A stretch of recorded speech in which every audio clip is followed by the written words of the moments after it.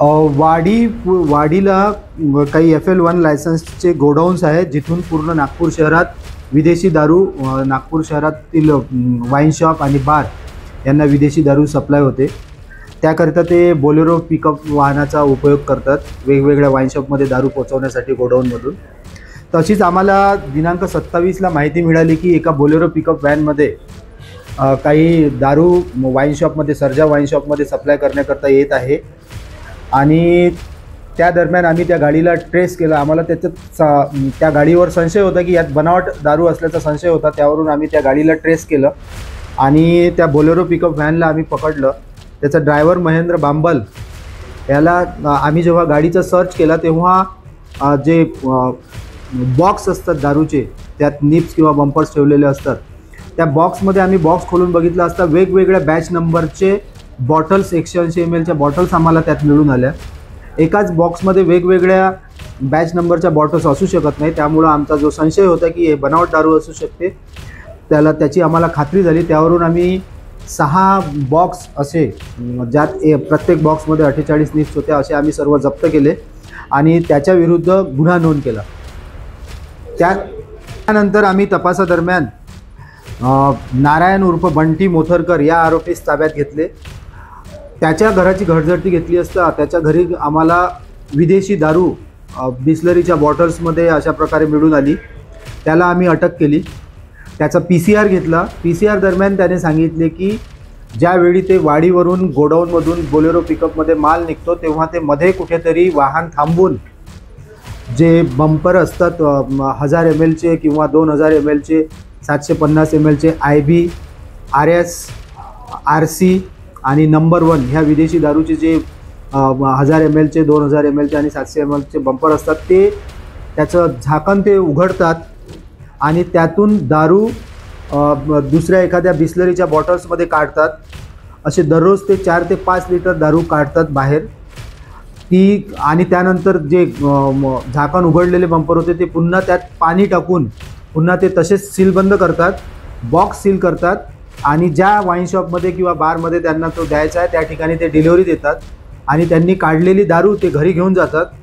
घरी ते भंगार व्यावसायिकांकडून खाली रिकाम्या दारूच्या बॉटल्स विकत घेतात।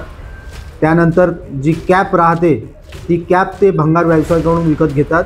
घरी त्या बॉटल, ज्या आणलेल्या रिकाम्या बॉटल आहेत त्यात ही चोरी केलेली दारू त्यात भरतात, पुन्हा त्यात पाणी टाकतात, पुन्हा सीलबंद करतात, बॉक्स तयार करतात आणि ते बॉक्स पुन्हा ज्या ओरिजिनल माल जे डिलिव्हर करतात ते त्यात मिक्स करून, ते बॉक्स मिक्स करून ते त्या वाईन शॉपला पुन्हा देतात।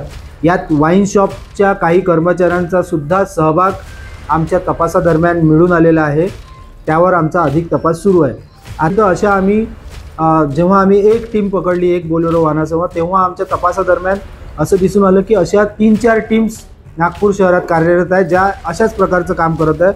त्यावरून आम्ही इब्राहिम उर्फ बब्बू खान पठाण हा भांडेवाडी हद्दीत राहणारा आहे, याच्यासुद्धा वाहनाला, हा सुद्धा ते डिलिव्हरीचं काम करतो, याच्या वाहनाला ट्रेस करून आम्ही याच्या पण वाहनाची झडती आणि याच्या घराची झडती घेतली असता त्याच्या घरीसुद्धा आम्हाला अशाच प्रकारची चोरीची दारू, खाली बॉटल्स, कॅप्स, बनावट दारू तयार करण्यासाठी ह्या मिळून आल्या। त्यालासुद्धा आम्ही ताब्यात घेऊन अटक केली। त्यानंतर राकेश रोशन शाहू हा न्यू गणेशनगर कळमनामध्ये राहतो, याचंसुद्धा वाहन डिलिव्हरीसाठी वापरलं जातं। याच्या वाहनातून आणि याच्या घरझडतीतून सुद्धा आम्हाला अशाच प्रकारची दारू मिळून आली। तसेच गजेंद्र तिजराम शाहू राहणार पुनापूर रोड पारडी हा सुद्धा सेम काम करतो, याच्या घरझडतीत आणि याच्या वाहनातसुद्धा आम्हाला अशा प्रकारची बनावट दारू मिळून आली।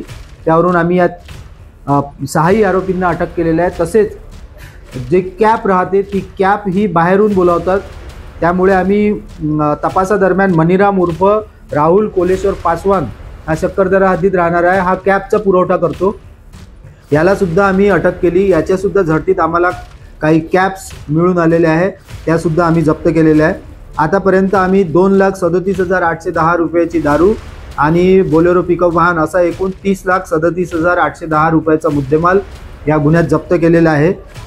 वेगवेगळ्या वाईन शॉपचे कर्मचारी यात समाविष्ट आहेत, यात सहभाग असण्याची शक्यता आहे, त्या दृष्टीने सुद्धा आमचा तपास चालू आहे। तसेच हे जे कॅप्स आहे ह्या बाहेर राज्यातून येतले असल्याची सुद्धा आम्हाला माहिती मिळालेली आहे, त्या दृष्टीने सुद्धा आम्ही आरोपीच्या मागे आमची टीम लागलेली आहे। अधिक तपास सुरू आहे. या संपूर्ण मामल्यामध्ये आणखी आरोपीची वाढ होऊ शकतात का? आणि यामध्ये जे कंपनी मालक आहे, जे गोदाम मालक आहे, त्यांना हे पूर्ण प्रकरणाचे बाहेर माहीत होतं की नव्हतं, त्यामध्ये आणखी आरोपी वाढू शकतात का? मोठ्या प्रमाणात या गुन्ह्यात अजूनही आरोपी वाढण्याची शक्यता आहे, कारण त्या गोडाऊनमध्ये आम्ही आतापर्यंत फक्त 4च वाहनं ट्रेस केलेले आहे. अजूनही वाहनं आहेत जे आम्हाला ट्रेस करायची आहेत. तसेच नागपूर शहरातील वेगवेगळ्या वाईन शॉपमधील कर्मचारी यांचासुद्धा त्यात सहभाग आहे, हे आमच्या तपासात दिसून आलेलं आहे. ते सुद्धा आम्ही आरोपी त्यांना गुन्ह्याचा तपास करून त्यांनासुद्धा आम्ही आरोपी करणार आहोत नमूद गुन्ह्यात.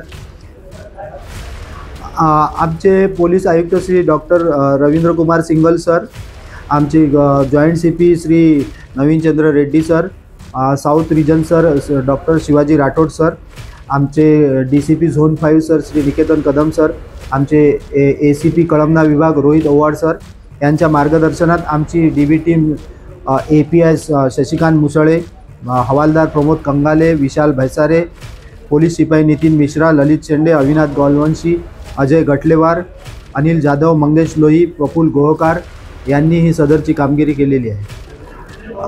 आम्ही जे आरोपी आतापर्यंत ताब्यात घेतलेले आहे हे या व्यवसायात 3 ते 4 वर्षापासून या व्यवसायात आहेत. तसेच जे कॅप विकणारा जो आम्ही भंगारवाला अरेस्ट केलेला आहे तो या व्यवसायात 8 ते 9 वर्षापासून आहे.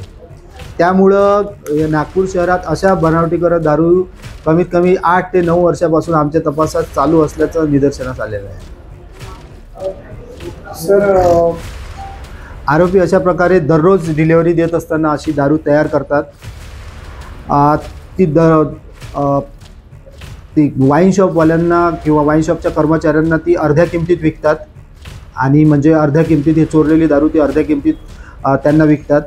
हे वाईन शॉप जे माल डिलिव्हर करायसाठी जे वाहनं आहेत, हे बोलेरो पिकअप वाहन, यांना डिलिव्हरीकरता पैशाचा दर जो आहे तो अत्यंत कमी आहे. त्यांना काहीतरी 12-13 हजार रुपये महिना असं त्यांना गाडीचं भाडं मिळते हे डिलिव्हरी करण्याकरता.